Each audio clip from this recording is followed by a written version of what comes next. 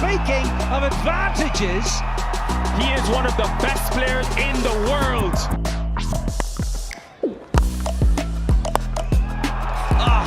Fabulous Faf. And it's going to be 100 for Faf du Plessis. Bang! Out of there. Beautiful shot. The Washington Freedom have dominated this competition. For 2024 championship team. Major League Cricket 2025 has officially begun. It starts right here, ladies and gentlemen, at the domestic player draft. We've been doing it for 3 years. My partner, as you can see, Aman Patel. Aman, great to be back, brother. Every time I see you, I know it's Major League time, and I'm very excited. What about you? Oh man, this is the time to be alive. You know, we're headed into the spring, and this is Major League Draft time. It's become an annual tradition in our lives, and I'm glad to be back with you here talking about all things Major League Cricket. Yeah, I think let's reflect a bit on last season. I mean, when I think about the 2024 edition, obviously it was the second year of the tournament. We had some amazing results. We had obviously the 2 venues. What stood out to you the most about season 2?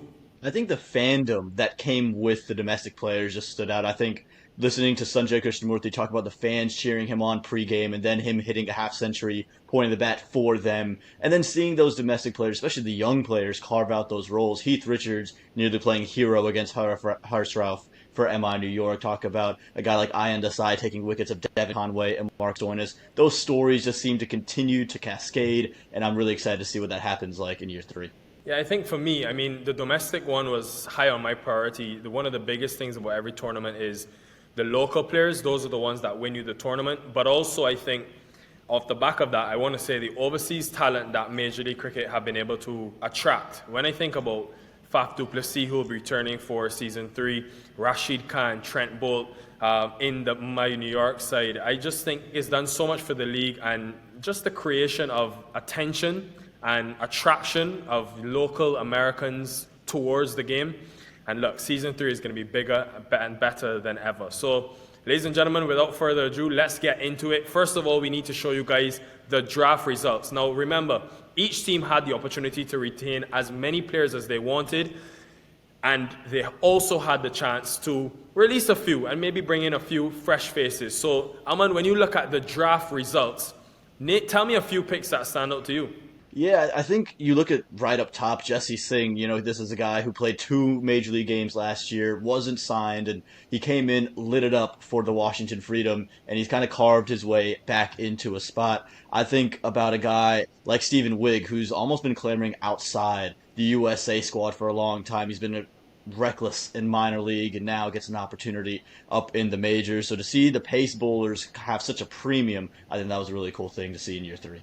And to be honest, it's been the draft of the left-arm seamers, and even seamers on a whole. When you think about Paradkar and Stephen Wigg, the 2 left-armers, but then Shubham Ranjani is a pick I'm really excited about. But the one thing I love, Aman, when I look at these picks, is vengeance. I think each of these players are going to have a bit of extra chip on their shoulders, something to prove when they play their former team. But let's put into context these picks and how they impact and affect their respective teams. Starting with the defending champions, who didn't have much work to do, retained the most players of everyone, a strong overseas contingent. Aman, what do you see? Well, Nick, I feel like a broken clock because we just keep talking about how this team has that set of domestics that are ready to go, and they don't need to do much. You said just the one pick that they were able to go and get, but when you bring back guys like Andres Kraus, Mukhtar Ahmed, Obis Panar, Saurabh Netravalkar, who was the best bowler of the tournament, these are all impact players, and then they have depth at those roles with Ian Holland and Justin Dill, have the left-arm spinner and Emil Ponzo, but you see what they did in Abhishek Bhartkar. You look at this roster, and it's you said you can go youth, and you could go in any direction. And they went youth, and they went in the left arm seam. Abhishek Bhartkar's been around the USA setup, but other this year in minor league cricket's where he took his biggest step up with the East Bay Blazers. I got a chance to talk to Sanjay Krishnamurthy after the minor league playoffs, and he said, if we have Abhishek Bhartkar in the final, it's a whole nother game. They value him that highly, and so there's a reason Washington brings him in. You bring him in for $10,000, and I think he makes an impact, maybe not this year, but in years to come. It definitely is an investment pick. He's one for the future. Obviously, he's played international cricket end of last year. But when I look at this team, it's the overseas contingent. Both Travis Head, Steve Smith, 2 guys who scored over 300 runs at the top of the order last year. and they've done so well to get and keep that bowling attack together. Lockie Ferguson with his extra pace, the two left-arm seamers in Nachavalka and Marco Janssen. I like the Rachin Ravindra pick because he gives them pretty much everything in three facets. So look, they've still got 3 overseas slots, but we know that their local contingent is strong. Their overseas contingent is strong. This team will be looking to repeat, and they've got an excellent chance. Yeah, they do. Again, they just fill so many roles, and that's why this pick really just felt like they were going to invest. They had to invest. When you have the number 1 and 2 leading wicket takers, and then you couple that with the top 2 and 3 run scorers, your team's going to be pretty solid no matter which direction you go. Well, it was pretty tight, that top of the leaderboard last season, and the San Francisco Unicorns were right on the cusp of becoming champions, and they didn't have much to do in the draft either, Nico. They had a little bit more purse. What'd you make of their attentions? Yeah, man, I remember watching them closely last year. Obviously, runners-up in 2024, an improved season. No Pat Cummins this year, which is quite big, but I always knew that they would go into this draft pretty much with a seam focus. I know they've got Brody Couch and Carmine LaRue, but none of their pacers took more than 5 wickets last year. It was Hassan Khan, a bit of Abrar Ahmed, who's not there this season. But they obviously want more from Haris Rauf. He's going to be so important for them. He's coming back this season. But that's why I think they went for Hamad Azam, and I thought they got him at a steal. I know he's played for 2 different teams in the first 2 seasons, but here's someone who can take pace off the ball, execute at the back end, and look, just help them, I think, with their finishing and just play in a few different roles for this team. So I think they've done well to keep their top 3 in order. Jake Fraser-McGirt, Finn Allen, and Matt Short, 3 guys who contributed at different times of the tournament. And each of them are so powerful in their own right. But I always wanted to see how they would go in their seam bowling. And I think they've added not only Hamad Azam, but Achilles Brown, who we know got 100 in the national trials on debut. I know you followed him closely. He's from my part of the world, Barbados, and he's been in and around the first class setup as well. So he's an exciting talent and good research done by the Unicorns. I know they sent a few of their players to the Caribbean to play in a T20 tournament end of last year. So they've done well to keep a structure and a winning formula going throughout the year. I'm looking forward to seeing now what these 2 introductions and newer players can do, but also what they do in the overseas market. It's going to be competitive, but I think their overseas picks is what can decide the way their season goes, because they need a bit more bowling resources. Yeah, I think the loss of Shafane Rutherford and Pat Cummins really hurts that pace department, but domestically what they've done is they've just created some depth with a pick like Hamad Azam. He can fill in for Corey Anderson, which he's done in minor league cricket. He can fill in for Liam Plunkett with his ability to take pace off the ball. And Achilles Brown is that utility player. You mentioned his fast bowling contributions, but he can also keep wicket. He's great in the field. He's a terrific bat, scored 100 like you mentioned. So I think when you look at the San Francisco Unicorns team, the way they're going to impact it in the international side is going to be adding up the guys to replace Shafane Rutherford for Pat Cummins, get those guys to who can fill those roles and who can fill them in a big way. Right. Let's move on to the next team, a team that I think have underperformed, because when I think about the roster that they built over the first 2 seasons, I think this is a contender, and I'm talking about the Texas Super Kings. They've made a couple additions, a couple big ones as well, which I know you've been following throughout the minor league seasons. What do you make of their team for 2025? Yeah, when you look at this side, they had roles picked out, and they had the 5 that they wanted. And Joshua Trump, who scores a 50 in the Challenger last year, has Calvin Savage, who was just terrific with the bat, averaging close to 40, and then Milind Kumar, who's been on an unbelievable international run at the moment with the USA side. Mohammed Mohsin, who's come in as maybe the best leg spinner in the country. And then Ziaul Huq, who really, I think, overperformed what their expectations were for him last season, opening the bowling with the left arm seam. And then they have Saiteji Mukamala sitting back there because you have the opening partnership of Faf and Devin Conway. I look at what they did in the draft. You take Shubham Ranjane in the first round, so there's some depth for Calvin Savage. He can also slot in, maybe in for a Josh Trump or in for a Milind Kumar, offer you a little bit with the ball. It's a copycat league also, though, Nick Hill. And Stephen Wigg feels like that selection, doesn't it? Left arm seam kind of ruled last season. Think of Saurabh Netravalkar. Here's a guy who, again, has been clamoring around in minor league cricket for a long time. He makes that big jump. His economy in minor league cricket, a T20 competition, 6.7. That's unheard of. And then I love what they did in that rookie round. And this goes back to that point of research you made earlier. Adam Khan is one of the most unbelievable emerging young leg spinners. And when you have Noor Ahmed, who they kept, and Mohamed Mohsen, two of the better leg spinners in the league. This is a kid who's going to continue to learn. He's been playing with 17-year-olds since he was 13, and he's only gotten better and better. This past minor league season, his economy took a massive dip. He was close to 9, then moves it back down to 7.48, bowling in a variety of different roles. I'm really excited about this Texas side. Yeah, I think there are a number of exciting leg spinners in the league and wrist spinners. I think about Yasser Mohammed as well, who we saw in the Freedom side. He's been retained also. But look, Texas' biggest issue, obviously we know their opening partnership with Faf with Devon Conway was extremely strong. Both are coming back. They've also got Stoinis back in the fray as well.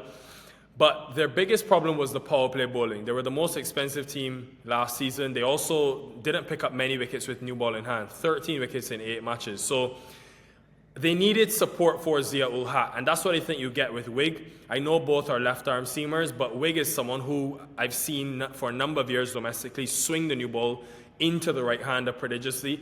But key for me is at the back end, his Yorker execution.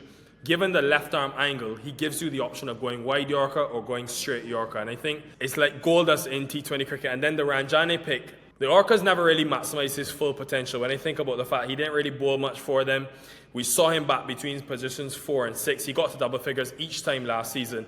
And I think it's just, you think about the all-rounders that they have actually with Stoinis coming back and then a Ranjane.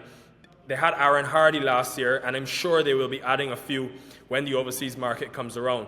They've got players who can fit into different positions, and you want to be adaptable. It's the way Faf and Stephen Fleming play their cricket. So I'm really curious to see how they go in the overseas market, but I love the way that they've set up again. Strong local core, and I expect them to always attract a certain quality and caliber of overseas player. Yeah, that seems to be their identity, their ability to bring in guys. And speaking of identity, here's a team going through identity crisis in MI New York. They were the winners in year number 1, but year number 2 took a massive step back, didn't really get the same kind of domestic success. Nikhil, what do you make of the team that they've put together for 2025? Yeah, man, coming into 2025, my New York, I mean, they were always going to make big changes. I think their top order was a failure, we could say. They went all local last year and they released 3 of their openers, Ruben Clinton, Cheyenne Jangir, Stephen Taylor, 2 of which obviously will play for the Orcas now. But you look at the other teams in the tournament, every team has got at least 1 overseas opener, and pretty much is the formula in world cricket. So I'm curious to see the work that they do in the overseas market. I think Bolt, Rashid Khan, Pollard and Puran in itself is 4 unbelievable picks.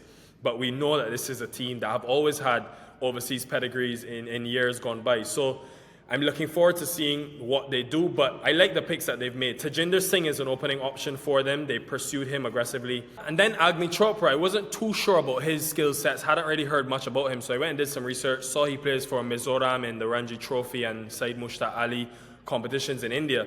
But the guy is averaging 94 in 11 first-class matches with 9 first-class hundreds, and he's born in Detroit. So there's that American connection.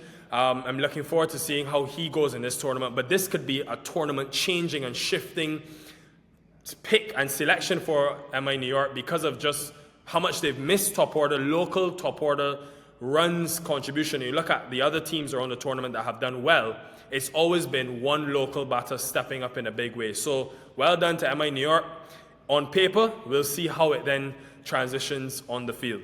Yeah, Nico, you're absolutely right. They're going to have to do something internationally, but domestically, they've kind of tried to reinforce that with their 2 later selections, in Kunaljeet Singh and Sharad Lumba, both of whom play for the Baltimore Royals in minor league cricket. And Kunaljeet Singh's such an interesting story for me, one of my favorite picks of the draft, because here's a guy who struggled to get onto the field in minor league cricket, was kept out of the 11 for the first week and a half because there was just so much talent on this Royal side, but injuries plagued that roster. He comes in and at Church Street Park scores 90 off of 49 untroubled. And it was just flawless, clean hitting. So here's a guy who can up the strike rate, batting kind of anywhere from 1 to 4. And Sharad Lumba is a guy that MI New York would know. He's been in the MI setup in the IPL. He moves over to the United States, and now he gets picked up in the 9th round. And he's, again, someone who can put on the gas. I remember in the Super 8s, scored an unbelievable 49 off of 19 deliveries when his team needed to chase 103 in 8 overs to give them a chance to get to the finals, the run rate, and they did just that. So these two picks give them a little bit of depth, 1 through 5, and they've tried to address those needs domestically. Right, last couple of teams here, Aman, and a team that will be wanting to improve massively. They've been 2 years without making the playoffs. That is the LA Knight Riders. Interestingly, I saw they've only retained 3 guys. The 2 West Indians in Russell and Narayan, who play for them in the IPL and will play for them in a couple of weeks, and then Spencer Johnson, the left-arm talent. What do you make of this team and their chances? I was very perplexed by what they did domestically. Aditya Ganesh was a name to me. They took him in the first round last year. He doesn't play a game, and they've retained him. So they've kept the price point. So they don't give themselves a lot of flexibility in this year's draft. They can really only make the one selection. They only have the 15K to spend. So they've really tied themselves down in what they could do in this draft. But I think they've done well getting Karthik Ettapalli. They never really had a domestic spin option. We're very reliant on Sunil Narayan to take wickets last season alongside Shakib Al Hassan. With Al Hassan going, you bring in a guy like Karthik Ettapalli, a left arm orthodox bowler who's been a part of the USA Under-19 team. He's been racking up the wickets for the Houston Hurricanes in minor league cricket. An economy rate under 7 in T20 cricket's great for the left arm spinner. But I thought this was a team that really could have shifted their identity, but they've stayed true to themselves locally, and they've said, we just need the one spinner. We'll see if that pays off for them, Nico.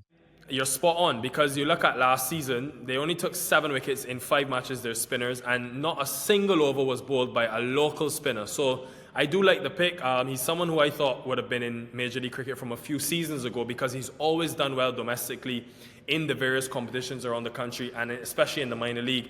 Remember when he played for the Houston Hurricanes, and they made a big playoff run a few years ago. I think that was back in minor league 2023. But it's a Knight Riders team that will have to do the majority of their work in the overseas market. So make sure you guys stay tuned, and let's see what they come up with. But I'm on only one team left, Seattle. Yeah, Seattle. And again, this is a fall from grace. Year 1, runners up, and in year 2, just never found that same kind of success. And they've really stripped it down to its core. Nico, this team maybe had one of the most intriguing nights of every team. Yeah, I'm not surprised, when I look at their picks and I think about Stephen Taylor, Shayan Jahangir, Rahul Jariwala is another young 20-year-old who has played international cricket, another investment pick, we could say. I know they've got Sujit Nayak as well, 35-year-old. But who's been part of the IPL. But I'm not surprised that, they've gone so batting heavy, because they only retain the couple of overseas batters in Klaasen, in Rickleton. So you expected them to go heavily out for some local batting. I think you look at their bowling, they were the best middle overs bowling team last year with Harmeet Singh and his spin, Cameron Gannon as well, who they still have. But it was important for them to get batting. And clearly they believe heavily in Stephen Taylor. Obviously, someone who has shown at the international level that he can perform consistently. And then Shayan Jahangir, I thought he showed in season 1 when he scored over 160 runs, that if he's backed, he can also churn out runs. And he's a batter that can bat pretty much anywhere in that top 5. Just scored his second ODI 100 a few days ago against Nepal. So hopefully he comes into the tournament with good form. And look, it'll be interesting. Do they pair one of them with Rickleton at the top of the order, let Jahangir bat at 4 and 5 where he's done, or do they open with Jahangir and Taylor like we saw both of them do for MI New York? And look, again, another team who has to do some work in the overseas market. They're not very big on seamers, which is why they had to bring back or get Jesse Singh, rather, because you think about Nandre Berger, who's not returning, Obed McCoy, Kimo Paul. So I'm looking forward to seeing Jesse Singh, Gannon as the 2 local pacers, solid there. But what will they do overseas-wise? That will be key. Yeah, it will be. Again, for the first 2 years, they were really big on Ahmad Wasim. He opened the bowling for them at times. He's no longer part of the side. And so they've done domestically 3 left-arm orthodoxes with Harmeet Singh, Ali Sheikh, and now Sujit Nayak comes in, I think more so for what he does with the bat. But the big question I think most folks have about this side is Shehan Jayasuriya. He just hit the ball wherever he wanted to, had a strike rate above 100 in both years. He averaged 36 in year 1, slipped down to 27 in year 2, but that was through limited chances. It felt like he was going to be back with this side and isn't. So they placed a premium on Shayan Jahangir, who I think is going to bat a little bit lower because it gives him that kind of versatility. But I think this puts a lot of pressure on guys like Harmeet Singh, Sujit Nayak, Stephen Taylor, and Shayan Jahangir to be explosive with the bat, because they've let go of domestic batters who have found success in Major League Cricket. Think of Noman Anwar, who was brilliant in year one alongside Jai Surya. This team's got a lot of questions to answer. They've changed up the identity. Of course, the internationals are going to matter. But I think when you look at Seattle, this was a team that had one of the strongest core of domestics, and they've just revamped it. Does it still become as strong as it used to be in 2023, or will they falter back to 2024? Those are going to be the questions that need to be asked. Yeah, and if I think back to last year as well, I think they averaged 11 at the back end. So maybe Jahangir does fit into that finishing role with Klaassen. But also, I want to take the viewers and Major League fans back a bit. In 2023, when they got to the final, both Klaassen and Ducott were in the top 3 run scorers. As you said, Anwar and Jayasuriya scored over 140 runs each. So the key for them, whoever they bring in overseas-wise, now that they've got their local batting set, the key for them is how do they get production out of that batting lineup, because they've got enough with ball, especially after Jesse Singh's addition, to compete with teams. But to win games, they need batting. I think they need more batting power and pedigree, especially when you think about Dallas and how good of a batting surface that is, and potentially around the country as well. So look, exciting times ahead, ladies and gentlemen. These are your 6 teams and what the changes that they've made. But what do you think? I want to put you on the spot. Which team do you think stands in the best position right now to win the 3rd season? Nikhil, you can't do this to me, man. Anything can happen. Stars are born on any given day. I tell you what, I think Washington and San Francisco haven't taken any steps back. So it's going to be about these other 4 teams finding ways to take steps forward through their international signings. I think when you look at Washington, you look at San Francisco, their domestics have been proven performers, and they've just found niches into that 11. I think you're going to have to see what other teams can do internationally to compete with those sides. To be honest, I really like MI New York, when I think about the overseas that they have, and then the local batters that they brought in. Agni Chopra, I haven't seen much of you, but brother, I hope you show up with that first class average, because 94 is insane. But listen, actually I'm going to be a bit left field here, man. I'm going to say the Texas Super Kings. When I think about Faf du Plessis' leadership, the way he utilizes someone like a Noor Ahmad around the world when he captains him, the fact that they were able to retain Faf and Conway and Stoinis and Noor, and then be very solid with their local additions and local picks. The Ranjane one was massive. They were very smart in the way that they scouted domestically, and we know the leadership of Stephen Fleming and Faf and just the identity that organization's built. So I think this could be the year where they go a couple steps further. But yeah, guys, make sure you guys, first of all, tell us which team you think is the best standing team right now, as of right now. But also, make sure you guys are staying locked to all social media pages of the tournament, because you want to see which overseas players are being brought in. And also, Nikhil, don't forget to mention this big news, because we don't have to wait for Major League Cricket this year. A little bit earlier, mid-June, is when we're expecting this tournament to kick off, so make sure you keep yourself free for that summertime. And that's right around the corner, guys. We'll see you then.